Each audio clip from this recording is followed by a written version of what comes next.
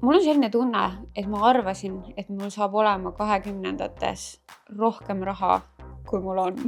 Siis ma arvasin, et 20-ndates ma abiellun ja kindlasti, mis oli veel, mina arvasin ju, et 26-aastaselt saan ma kindlasti oma esimese lapse.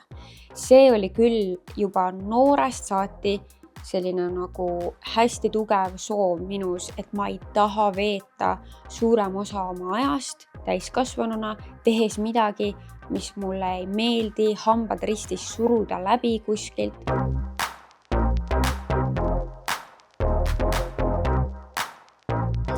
Hello, sa kuulad Kirstordil podcasti. Ma loodan, et sul läheb hästi. Täna on nii halb päev, kui ma seda salvestan ja ma tunnen kohe, et see energiatase on madalam. Aga tegelikult ma olen üleüldse tundnud, et midagi on valesti. Ma olen siuke väike kränkster olnud. Kränksteriks ma nimetan seda, kui ma olen kränki. Ehk siis siuke tujust ära. Midagi nagu on. Ja otseselt mul ei ole nagu midagi valesti. Elus asjad sujuvad, tööd on, eraelus on hästi, sõbrannadega on hästi. Et selles suhtes midagi ei ole valesti. Ja ma vist mõtlesin välja, miks ma olen siuke kränkster olnud. Ja ma arvan, et see on sellepärast, et ma võtsin siin 2 nädalat tagasi väga fookusesse, ütleme siis tervislikuma elustiili. Eesmärk on kaotada mõned kilod ja suveks ilusas vormis olla. Mis see siis tähendab? See tähendab minu jaoks seda, et ma käin 4 korda nädalas jõusaalis. Ma tahan saada igapäevaselt täis 7000 sammu ja ma olen siis kaloridefitsiidis ja söön puhtamalt, tervislikumalt. Ma ei ole 2 nädalat midagi tellinud Boltist ja ma usun, et paljude jaoks see tundub täiesti nagu mingi okei, sa ei ole 2 nädalat tellinud, mis nagu see ei ole ju mingi asi. Aga ma ütlen ausalt, minu jaoks oli ikkagi täitsa tavaline isegi rohkem kui kord nädalas midagi endale tellida. Ja tihti see midagi oli ikkagi siis mingisugune Mac, Hess, pitsa, vahepeal ka pokekauss, ja sushi on ju, aga tihtipeale ikkagi midagi nagu sellist rasvast ja mitte kõige tervislikumat. Ehk siis see oli nagu täielik harjumus mul ja see, et ma pole 2 nädalat mitte midagi tellinud, on minu jaoks suur asi. Aga ma arvan et kogu see kaloridefitsiit ja see, et ma nagu nii olen fokusseeritud sellele, et mida ma söön, kui palju ma söön, siis see on mul nagu mingi tasakaalu paigast ära jäänud ja kuidagi natukene nagu energiat on vähem ja siukene, ma ei tea, kas just tujukus, aga niukene siuke olek nagu, et midagi nagu on kuskil nagu valesti. Nii et jah, sellega ma olen siin toime tulnud viimasel ajal, pidanud toime tulema. ja mis veel? Võt nüüd seda ma ei tea, kas see on seotud sellega, võib-olla absoluutselt ei ole. Aga ma tunnen ennast väga läbikukkununa selles osas, et ma ju ütlesin siin aasta alguses, kas see oli siis selle aasta esimene episood äkki või? Kui ma rääkisin, et mis asjad ma jätan aastasse 2025, ehk siis põhimõtteliselt rääkisin nagu selle aasta eesmärkidest. Ja üks nendest oli vähem osta asju, vähem tellida. Ja see läks aasta alguses hästi. Kuidagi siuke talvine periood, ma tundsin päriselt ka, et mul ei ole midagi vaja, mul on kõik asjad olemas. Ja siis jõuab kätte kevad. Kevad ja sügis on nagu, ütleme, moe poolest minu kõige lemmikumad ajad. Mulle meeldivad igasugused vahvad üleriided, meeldib outfit'e kombineerida just nendel aegadel.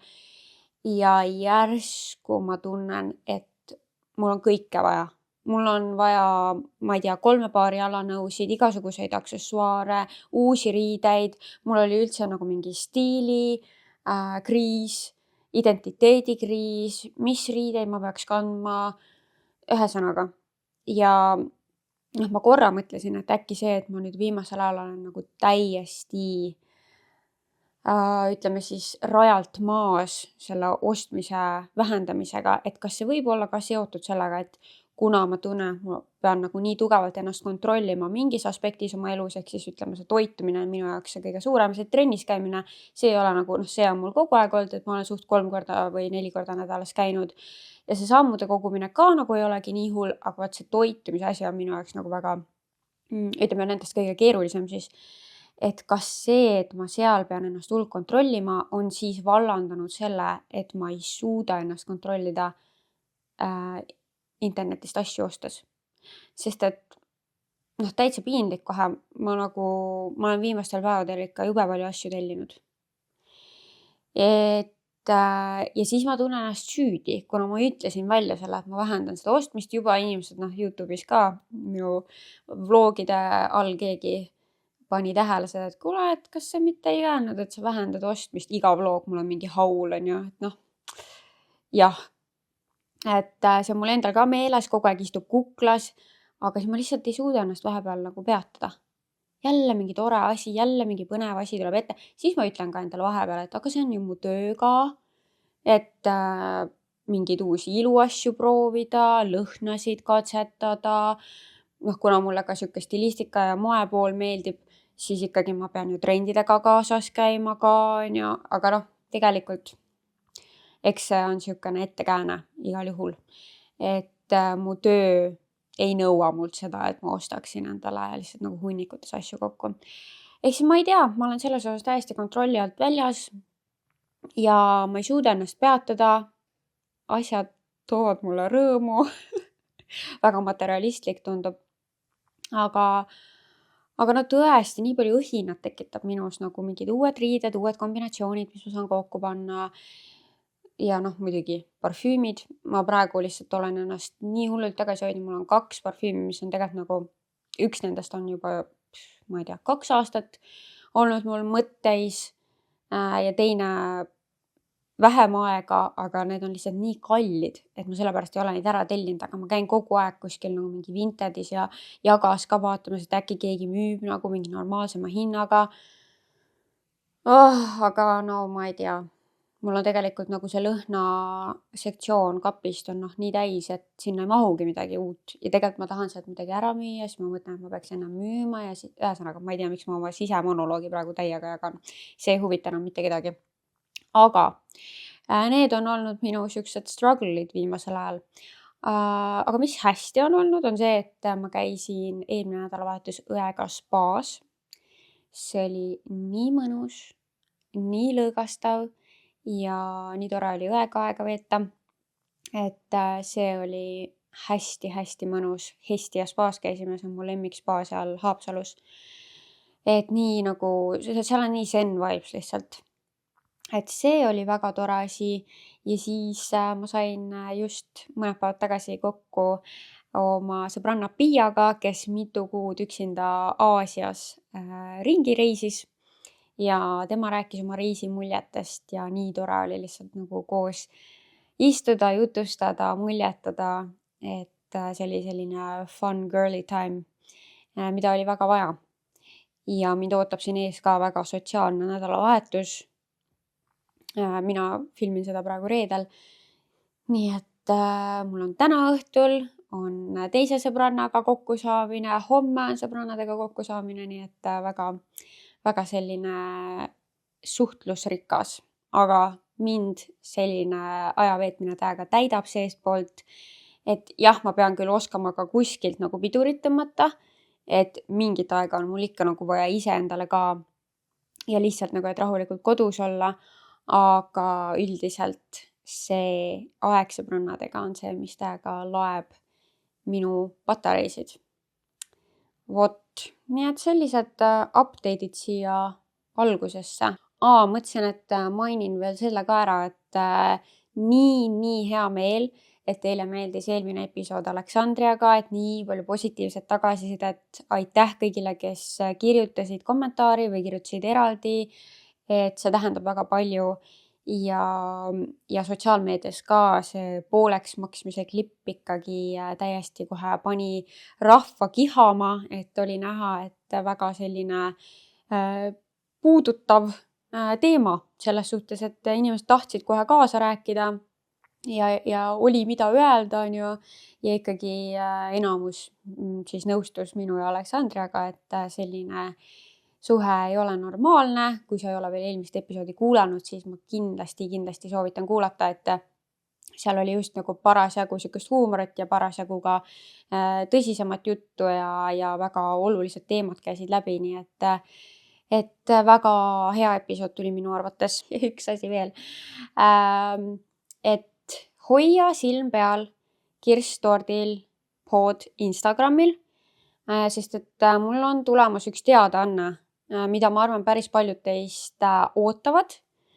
Ma ei ole päris kindel, millal ma selle välja panen, sellepärast ma praegu seda announcement'i ei teegi, et ma ei ole päris kindel veel, aga et kui sind huvitavad üritused, siis pane kindlasti follow Kirstordil pod Instagramile, et sinna tuleb info kõige esimesena ja muidugi võid alati minu isiklikku kontot ka jälgida, et seal ma ka kõike seda alati jagan. Aga jah, ma vist nii palju ma ütlen, et kes jäid ilma piletitest sellele esimesele Kirstordil Girls Night'ile, et siis teie olge valvsad. No nagu sa pealkirjast nägid, siis meil on täna jälle eriepisoodi aeg käes ja mõtlesin, et millest võiks rääkida. Ja kuidagi tuli nagu selline mõte, et ma jagan teiega, et mida ma arvasin, et minu 20-ndad toovad ja mis on olnud reaalsus. Et kuna minul see 30 vaikselt paistab, siis see kuidagi tundus nagu sihuke hea teema, millest rääkida.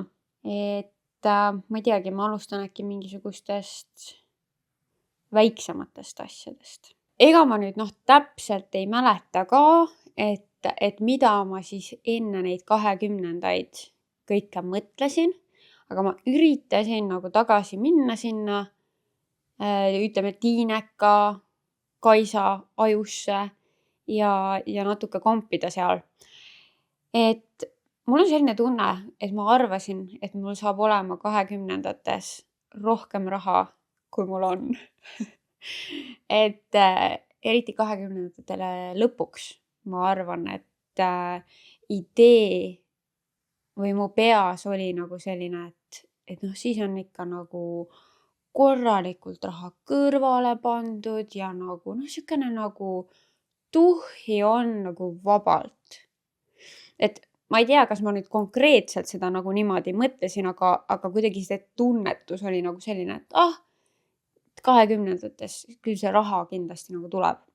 Ja selles suhtes, et ma ei saa üldse kurta, halvasti mul ei ole, aga tunnetuslikult ma ütleksin, et nii palju raha mul ei ole, kui arvas Tiinekas Kaisa, et mul saab olema.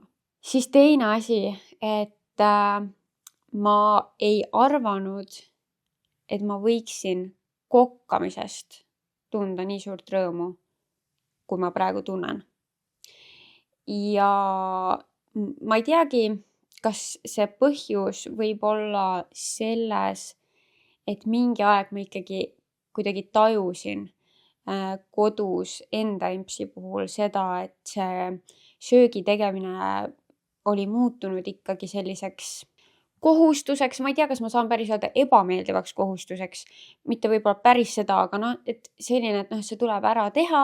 Ja ma mäletan, et kui ma olin nagu pisem, siis võib-olla nagu katsetas rohkem, proovis mingeid uusi retsepte. Vahepeal ei tulnud välja, seda ma mäletan ka. Aga et mida aeg edasi läks, eks vahepeal ikka mingeid uusi asju nagu tuli sinna repertuaari, aga ma tean just sünnipäevade osas, ta oli alati nagu kuidagi väsinud alati peale seda suurt kokkamist, et kuna tema selle enamuse kokkamisest tegi, ma ütleks nagu mingi 98%, et võib-olla issi mingitel tähtpäevadel nagu aitas ka, aga muidu igapäevaselt tegi emps, kuna mu emps oli ka kodune siis too aeg, kui mina üles kasvasin ja kodus elasin. Et võib-olla ka see nagu tekitas selle tunde, et see söögi tegemine, see on mingi mässamine ja nagu ega sellest nagu väga rõõmu tunda ei saa. Ja kui ma kolisin siis omaette, siis ma alles nagu reaalselt hakkasin esimest korda katsetama üldse nagu söögi tegemisega, sest nagu ma ütlesin, siis kodus emps tegi alati, ta ei kaasanud lapsi sellesse eriti. Et siis pidi nagu nullist hakkama õppima ja alguses oli kindlasti nagu mingid õhinad, et katsetada ja proovida ise. Siis see kindlasti mingi aeg jällegi vaibus, aga nüüdseks ma ütleks, et ma olen mingid asjad päris hästi käppa saanud, ma ei karda enam uute retseptide proovimist, see pigem tekitab nagu elevust, et võib-olla avastada midagi uut ja ma tunnen, et ma tõesti päris tihti ka jälle proovin midagi uut ja see toob rõõmu. Et ma kindlasti nagu teismeline Kaisa ei oleks isegi osanud nagu mõelda, et mingi kodus kokkamine võiks tuua rõõmu. Aga vot, väga palju rõõmu on toonud ja noh, tegelikult seda minu toidu tegemise arengut on olnud reaalselt näha YouTube'is, et kuna ma olen juba üle 6 aasta vist vlooge teinud, et siis algusaegadel läks rohkem asju pekki, ma ei osanud mingeid asju teha, aga näitasin kõike seda ka nagu just siukse nagu huumorinurga alt ja nüüd tänaseks päevaks ma olen jõudnud sinna, kus inimesed ütlevad mulle, et nad saavad inspiratsiooni minult, mida kodus kokata. Ma ei tea, ütleme, mul lähevad need kokkamise reelsid, TikTokid päris hästi ka, et ma tõesti ei oleks nagu arvanudki, et ma sinna jõuan. Siis ma jäin mõtlema, et nagu mida ma arvasin sõprade koha pealt või sõbrannade siis. Et kas mul oli üldse nagu mingisugune eelarvamus või mõte selle koha pealt, et kuidas see sõprussuhete teema välja näeb, kui ma olen oma 20-ndates. Ma nagu vist väga sellele aspektile ei osanud mõelda, aga vaadates inimesi enda ümber või just ka need voice'id, mis ma saan siia podcasti, siis ma tunnen, et selles osas mul on väga hästi ja võib-olla olen ma isegi erand. No seda ma ei tea nüüd ikkagi. Aga ütleme, väga paljudel inimestel on jäänud need sõprussuhted pigem unarusse.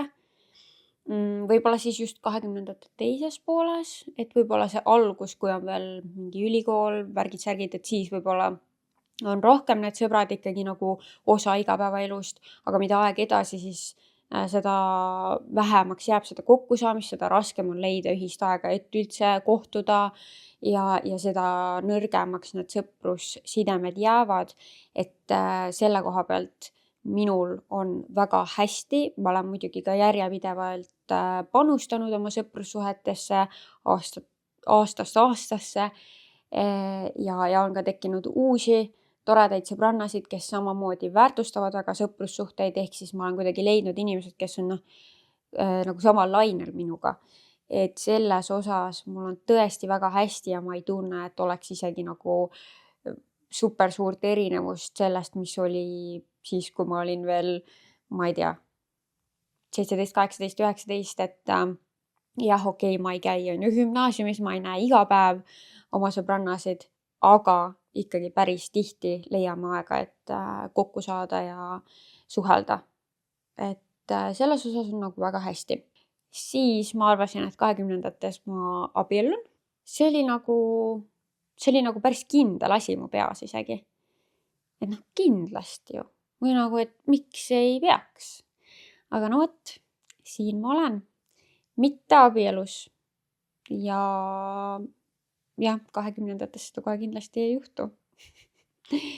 Et aga samas ma ei saaks öelda, et ma nagu hullult põeks selle pärast või oleks nagu kuidagi kurb, et elu on nii läinud, eks seal on nagu minu enda valikud ka olnud, et miks on nii ja mulle tundub üldse, et mida aeg edasi, seda tavalisem see on ka, et abiellutakse 30-ndates hoopis või isegi võib-olla leitakse see enda õige inimene alles 30-ndates eluaastates, et ma nagu väga muserdatuna ennast selle pärast ei tunne.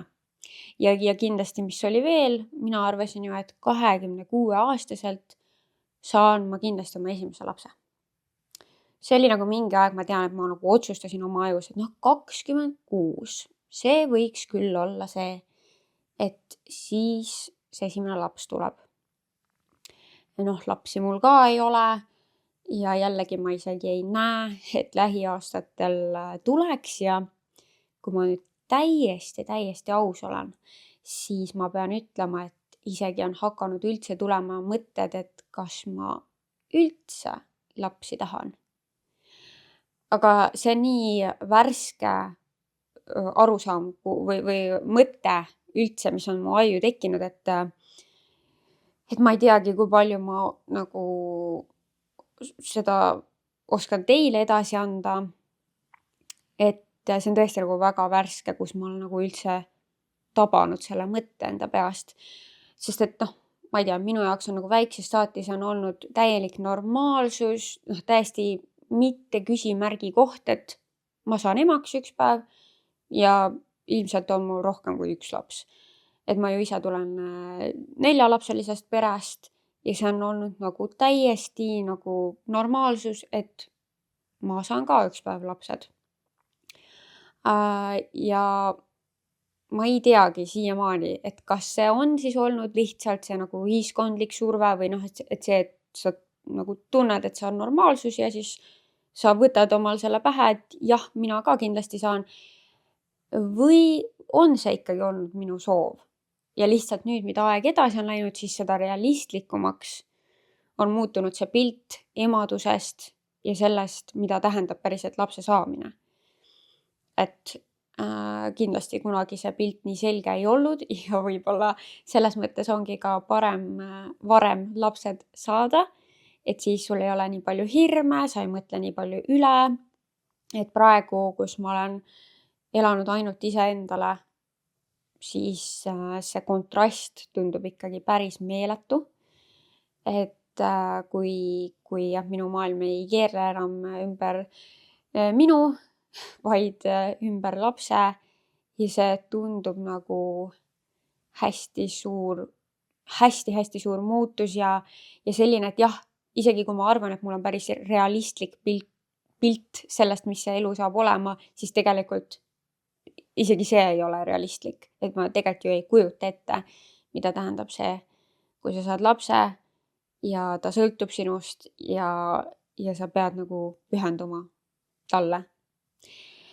Et jah, kindlasti nagu see on pannud mõtlema, et kas ma üldse tahan, aga siis jällegist tuleb nagu see, et aga ma ei kujuta ju ette nagu, et mis mõttes ma ei saa lapsi. Et kuidagi see ka nagu ei mahu pähe, ehk siis sihuke segane aeg minu ajus.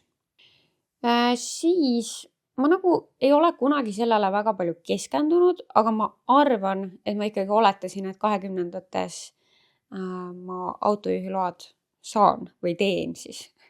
Siiamaani ma neid teinud ei ole, kuigi see aasta tahan kindlasti alustada, aga mul on kuidagi nagu selline tunne, et päris see aasta ma neid kätte võib-olla veel ei saa, aga eks näis, et siiamaani ma pole nagu väga palju puudust tundnud, võib-olla ütlemegi nüüd viimase aasta 2 jooksul on rohkem tekkinud neid olukordi, kus ma tunnen puudust, kus mingites olukordades saab mind närvi, et ma pean mingi takso ja bussimajandusega tegelema, ehk siis nüüd ma tunnen, et ongi käes see aeg, kus nagu võiks need load ära teha, et vaikselt see vajadus on ikkagi hakanud tekkima ja alati ka see on olnud millegipärast nagu mu peas täiesti kindel, et kui ma saan lapse, siis mul peavad olema autojuhiload. Nagu ma just rääkisin, ma ei ole selles osas üldse isegi kindel, aga ma arvan, et igal juhul on tark mõte need load ära teha. Et lihtsalt nagu see lapsega seonduv mõte on lihtsalt nagu olnud see, et issand jumal, et ma lapsega peaks igal pool mingi bussiga minema. No ei, ma ei kujuta seda ette. Hästi tülikas ja ebamugav tundub. Et see oli see mõte seal taga, aga jah, et siiamaani ma olen alati nagu linnas elanud ja kuidagi kõik asjad on tehtud saanud, et jah, siis kindlasti oli mul hästi tugevalt see mõte, ma tahaksin, et mul oleks töö, mida ma armastan. See oli küll juba noorest saati selline nagu hästi tugev soov minus, et ma ei taha veeta suurem osa oma ajast täiskasvanuna, tehes midagi, mis mulle ei meeldi, hambad ristis suruda läbi kuskilt. Et see mõte mulle absoluutselt ei meeldinud ja selles osas täielik lotovõit. Et kuidagi on elus läinud nii, et ma saan teha seda, mis mulle kõige rohkem meeldib ja tõesti ma endiselt praegu saan öelda, et ma ei kujuta ette, et ma tahaks üldse mingit muud tööd teha kui seda, mis praegu on. Kuigi see sisulooja podcasteri töö, mis mul on siiski ebastabiilne. See istub mul alati kuklas, et sa ei tea, millal see võib otsa saada, sa ei tea, mis hetkel võib-olla enam, ma ei tea, brändid ei ole huvitatud sinuga koostööd tegema, sest see on ju põhiline viis, kuidas ma oma raha teenin. Ja kuidagi jah, et see tuleviku perspektiiv on selline hägune selle tööga, et ma ei tea ju, kas keegi tahab 35-aastast Kaisat vaadata asju tegemas. Võib-olla äkki ma isegi ise tüdinen ära sellest, ma ei tea, on ju. Ja siis, et mida ma siis edasi teen, et ma olen nagu nii palju aega pühendanud sellele kõigele, mida ma praegu teen, siis vahepeal, kuigi ma olen ka ju ülikooli lõpetanud, on ju, et mingi haridus on ikkagi all, et ei ole nagu täiesti, ma ei tea, tühjade kätega või ma ei teagi, kuidas öelda, aga jah, et eks see tulevik on nagu selline hägune selles osas ja jah, et need mõtted on kindlasti, et kui kaua ja mis siis edasi, et ma otseselt ei ole nagu midagi välja mõelnud, kuigi selles suhtes mul ju mingisuguseid nagu huvisid ja oskusi on, millega saaks edasi tegeleda. Et ma ei tea, ma olen mõelnud, kui mitte midagi muud ei ole, siis lihtsalt töötan jumestajana näiteks. Aga samas ma olen seda nagu lühikest aega ka teinud ja selle kohta ma ei saanud öelda, et see oleks mu unistuste töö, on ju. Nii et nojah, eks näis, ma nagu üritan ka mitte liiga palju ette bablada, et küll elu siis toob need võimalused minuni. Ja mida kindlasti tiinekas Kaisa arvas. Ta arvas, et 20-ndates Kaisa tunneb ennast täiskasvanuna. Ja sellega on nagu nii ja naa, et ega vist sellist asja ei ole tegelikult olemas, et sa enda sees tunned, et ma olen täiskasvanu. Nii palju, kui ma olen kuulnud, siis vist seda tunnet nagu polegi olemas. Samas, kui ma mõtlen, ma olen pidanud ikkagi mingite päris nagu täiskasvanu asjadega tegelema elus ja ma olen hakkama saanud. Et ma nagu päris seda ka ei saa öelda, et ma nagu üldse ei tunneks ennast täiskasvanuna ja kindlasti on 20-ndates tulnud hästi palju enesekindlust juurde ja mingisugust nagu rahutunnet just nagu ka iseenda osas ja mingite üliväikeste asjade osas nagu ei mõtle enam üle. Kindlasti ka see, et ma lihtsalt olen piisavalt palju pidanud olema mingites ebamugavates olukordades. See on ka aidanud, et nüüd need olukorrad, kui need on tulemas, ei tekita enam nii palju ebamugavust. Millest ma olen ka varem sotsiaalmeedias rääkinud, näiteks minu üks põhilisi ärevuse tekitajaid on olnud uutesse kohtadesse minemine. Nagu mingi uus restoran, uus mingisugune, ükskõik mis uus koht, uus arst, mis iganes. Et see on nagu olnud hästi suur ärevuskoht minu jaoks, aga ma tunnen, et viimaste aastatega see on ikkagi päris palju vähemaks läinud. See minu jaoks kõige suurem märk sellest on see, et ma saan üksinda reisida. Et see on ju meeletult suur samm. Vaadates eriti tagasi sinna, ma ei tea, 19-aastase Kaisa peale, kes, ma ei tea, värises, kui pidi uue arsti juurde minema ja siis ma sattusin kuskile valele korrusele, mis oli töötajatele mõeldud ja see oli täiesti nagu mingi paanikahoog põhimõtteliselt mu jaoks, on ju. Et siis vaadata seda, et ma nüüd olen reisinud üksinda, siis see on nagu, on silmaga näha, et see on muutunud. Ma ei saa öelda, et see on nagu täiesti ära kadunud, mingites situatsioonides kindlasti see ikkagi lööb välja, aga palju vähem kui kunagi varem, et see on nagu nüüd sihuke lahja anxiety võib-olla kuskil taustal. Siis ma arvasin, et mul on oma kodu, see mul on. Nii et selles osas on hästi läinud. Ja ma kindlasti arvasin, et mind enam ei huvita, mis mu vanemad arvavad või et ma ei otsi oma vanemate heakskiitu. Aga see on mind ikkagi kindlasti tugevalt 20-ndates saatnud, et ma väga olen tahtnud oma vanemate heakskiitu nüüd ka läbi teraapia. Ma arvan, et ma olen seda saanud nagu vähendada endas, sest et ma olen aru saanud, et lihtsalt ma olen oma peres sihuke mõnes mõttes nagu anomaalia. Ma olen väga erinev enda vanematest ja asjad, mida mina elus tahan või mille poole ma püüdlen, nemad ei püüdleks nende asjade poole, ehk siis nad ei oska ka sellisel määral võib-olla mulle kaasa elada või rõõmu tunda minu saavutustest, kui ma seda, ma ei tea, ootaks või mis iganes, aga ma olengi nagu aru saanud, et ma olen lihtsalt väga teistmoodi ja seega ma ei saagi neilt oodata mingit sellist reaktsiooni, sest et nad on väga teistsugused inimesed. Ehk siis see on nagu olnud siukene, ma ei teagi, huvitav teekond, aga ma kindlasti jah, nagu teismeeas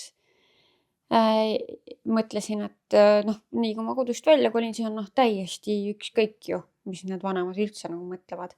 Aga ma arvan, see on tegelikult ikka päris paljudel inimestel, et kuskilt otsast ikkagi loeb, et mis ema ja isa või kumbki vanematest arvab sinu tegemistest ja saavutustest ja kõigest sellest.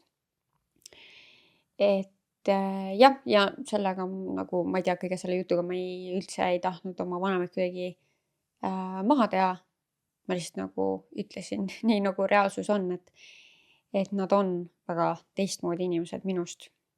Ja ma ei tea, ma ei osanudki siia nagu rohkem mingeid punkte tuua, et ma ei mäleta, et ma oleksin mõelnud selle peale näiteks, et mingi kas ma 20-ndates teen trenni või mingi, ma ei tea, käin jooksmas või et ma nagu, need ei olnud üldse isegi mõtted mu peas. Et kindlasti nagu noorem Kaisa oleks väga rahul sellega, kui ta teaks, et ma 29-aastasena käin 4 korda nädalas trennis ja kuidagi nagu püüdlen ikkagi tervislikuma elustiili poole, et selles suhtes kindlasti oleks nagu hea meel, aga see ei olnud asi, millele ma oleks üldse keskendunud või mõelnud. Aga jah, ma arvan, et seda ma ei osanud isegi nagu oodata, et mida need 20-ndad töö osas toovad mulle, et ma ei tea, eks ma ikka mõtlesin, et ma kuskil nagu kontoris töötan, seda, et ma olen sisulooja, et mul on mingi oma podcast, seda ma ei osanud isegi nagu unistada, isegi veel ma ütleks 20-ndad täitsa seal alguses, et enne kui ma NYX Cosmeticsis töötasin, kuigi isegi seal töötades ma ei tea nagu millal üldse nagu toimus see shift, et ma tahan sisu luua või nagu, ja ka siis see ei olnud nagu selline mõte, et ma tahan saada sisu loojaks. Et see nagu, ma ei tea, millal üldse see tuli, et seda igatahes ei olnud kindlasti minu nagu Tiineka Kaisa mõtetes ega ka seal 20-ndate alguses Kaisa mõtetes, et sinnamaani ma nagu jah ei osanud mõelda, ma lihtsalt teadsingi seda, et ma tahan teha tööd, mis mulle meeldib, aga et mis see töö on täpselt, seda ma ei teadnud, läksin ju õppima suhtekorraldust, public relations on ju, et võib-olla mõtlesin midagi turundusega, midagi ürituse korraldust, mäletan, et mõtlesin, et väga meeldiks teha, et ja selles suhtes, kui nagu niimoodi mõelda, siis seda kõike ma tegelikult oma praeguses igapäevatöös ka teen, et eks ta on turundus ja kohati ürituskorraldus tuleb ette, et huvitav tegelikult niimoodi mõelda, aga jah, nagu ei osanud unistadagi sellisest tööst nagu, mis mul täna on ja seda enam, olen ma väga tänulik, et ma olen siin, kus ma olen. Ja vaadates seda nagu, et just nagu mis mõtted mul olid siis, kui ma olin väikene. Ikka sihuke, ma ei tea, alla 10 ja sinnakanti. Et siis ma arvan, et ma olen nagu täitnud väikese Kaisa unistused. Et ma teadsin, et ma tahan midagi mikrofoniga teha. Mingi aeg oli see laulja, mingi aeg oli see uudisteankur. Et mingid nagu siuksed erinevad mõtted, aga natuke siukest nagu mingit esinemispisikut ikkagi mul sees oli. Ma olin see laps, kes kutsus oma vanemad tuppa ja ütles, et istuge nüüd maha ja ma nüüd esinen teile. Nii et jah, selles suhtes nagu väikese Kaisa unistused on täidetud, mis on väga äge. Mulle alati meeldib selle peale mõelda, et teeb väga emotsionaalseks mind see mõte. Vot nii, aga kokkuvõttes ei ole elul üldse midagi viga. Ja isegi kui mingisugused suured asjad ei ole läinud nii, nagu ma ette kujutasin, siis ma ei vahetaks seda millegi vastu välja. Ma ei teeks midagi teisiti, sest et ma arvan, mul on olnud väga ägedaid võimalusi. Ma arvan, mul on väga äge elu ja jah, ma seda nagu muuta ei sooviks, nii et elu läheb täpselt nii, nagu ta minema peab. Ja küll see abielu ja võib-olla ka need lapsed ka üks päev tulevad, et selles ma ei kahtle. Vot, aga suur aitäh, et sa tulid kaasa minuga sellele arutelule ja võid vabalt oma mõtteid ka all kommentaarides jagada või enda kohta mingid, sa ei pea nii pikalt muidugi, aga võib-olla mingid huvitavamaid nüansse, et mis sa arvasid, et millised su 20-ndad saavad olema ja mis see tegelikkus oli, et väga põnev oleks lugeda teie elude kohta ka rohkem. Ja ma tean, et mul on ka tegelikult väga palju noori kuulajaid, kes alles on kas oma 20-ndate alguses või keskpaigas.